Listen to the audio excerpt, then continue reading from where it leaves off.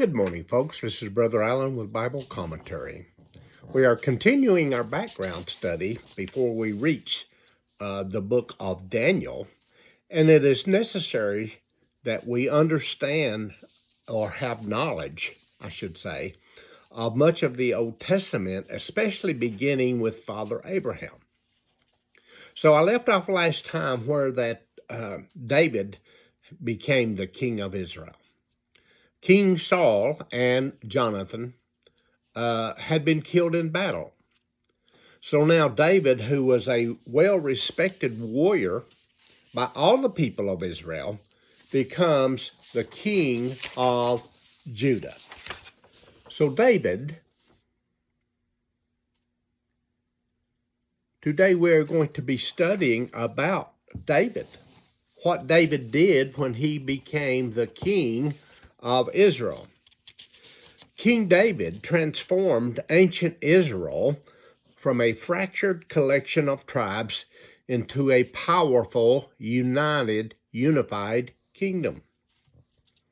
His major accomplishments include conquering Jerusalem to establish the nation's capital, successfully defeating the enemy threats like the Philistines, expanding the borders of the kingdom, and bringing the sacred Ark of the Covenant to Jerusalem.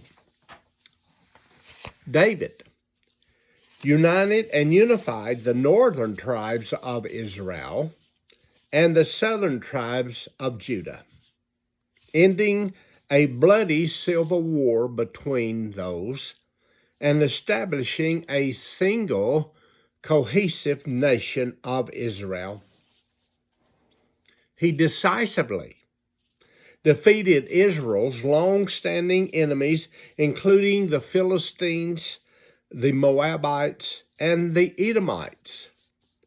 This expansion secured the nation's borders and created a regional empire stretching from Egypt to the Euphrates River.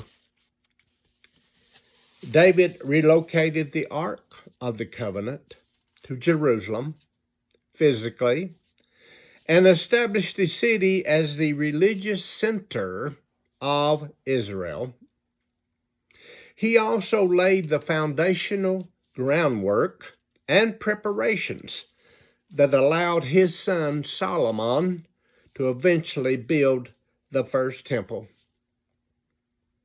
David wanted to build that first temple. However, because he was a warrior king and had blood on his hands, God refused to allow David to build the first temple. But David is credited for writing many of the book of Psalms in the Hebrew Bible, which profoundly shaped Israelite worship and the religious literature of the Jews. Historically, David found the Judean dynasty and his legacy as a warrior, a poet, a devout king became deeply foundational, not only to Judaism, but also to the lineage and narratives of Christianity and Islam as well. David, he reigned over Israel for 40 years, 7 years in Hebron and 33 years in Jerusalem. He died at the age of 70 in 970 BCE. One of the most known stories about David is about David and Bathsheba. And I want to read that to you because it is a very important story about David himself. So beginning in 2 Samuel chapter 11, verse 1. And it came to pass after the year was expired, at the time when kings go forth to battle, that David sent forth Joab and his servants with him and all Israel. And they destroyed the children of Ammon and besieged Rabbah, but David tarried still at Jerusalem. And it came to pass in an eventide that David arose from off his bed and walked upon the roof of the king's house. And from the roof he saw a woman washing herself, and the woman was very beautiful to look upon.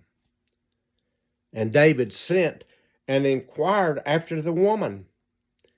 And one said, Is not this Bathsheba, the daughter of Eliam, the wife of Uriah the Hittite? And David sent messengers and took her. And she came in unto him, and he lay with her, for she was purified from her uncleanness, and she returned unto her house.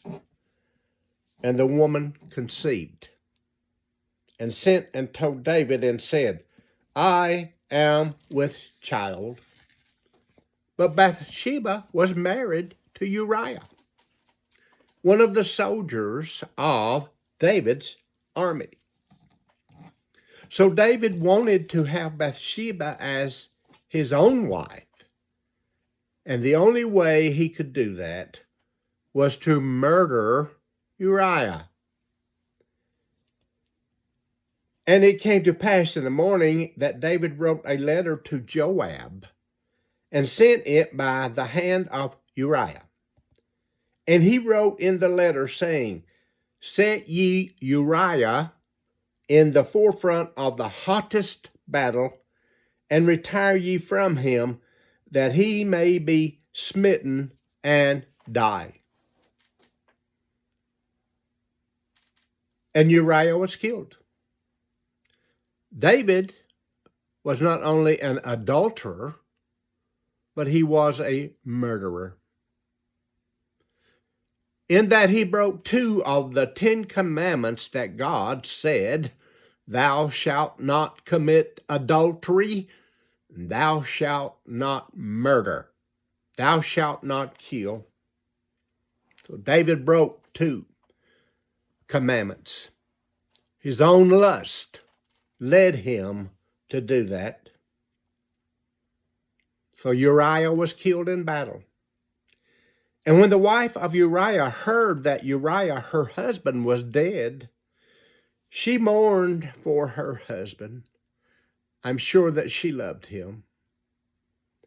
And when the morning was past, David sent and fetched Bathsheba to his house, and she became his wife and bare him a son. But the thing that David had done displeased the Lord. So now if you would turn to 2 Samuel chapter 12, beginning with verse 14, we can read the following. Howbeit, because by this deed thou hast given great occasion to the enemies of the Lord to blaspheme, the child also that is born unto thee shall surely die. David had called in, Nathan had come before David. Nathan accused David, the king, of sinning. And he said, You have sinned. You did it secretly. I will do this thing before all Israel, before the sun. We need leaders today that will hold leaders accountable for their sin. And Nathan departed from his house, and the Lord struck the child, Uriah's child. In verse 14, howbeit, because by this deed thou hast given great occasions to the enemies of the Lord to blaspheme, the child also that is born unto thee shall surely die. And Nathan departed unto his house, and the Lord struck the child that Uriah's wife bare unto David, and the child was very sick.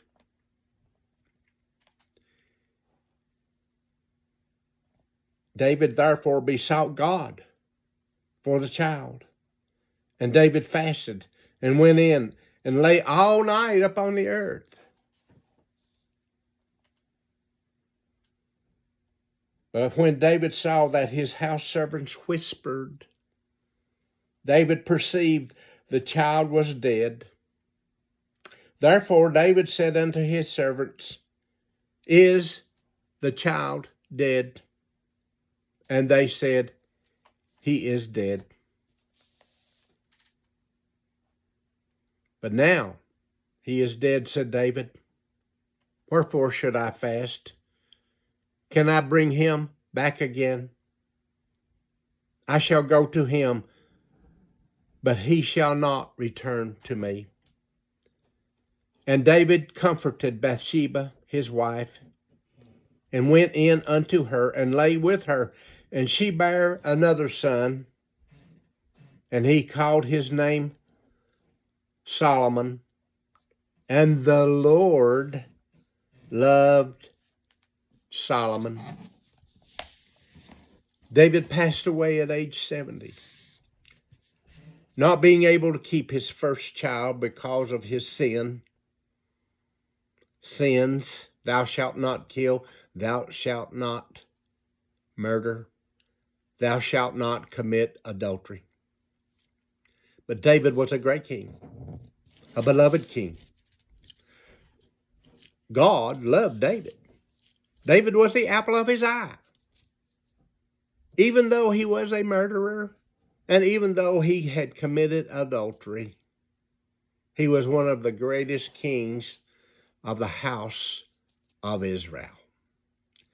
Next time we will pick up with King Solomon, David's son, and how that under the reign of Solomon is when Israel broke covenant with God. And this is what Daniel is talking about in the book of Daniel, how that they broke covenant, but how God was going through these kingdoms to establish the kingdom of God. Until next time, may God bless us all. This is Brother Allen.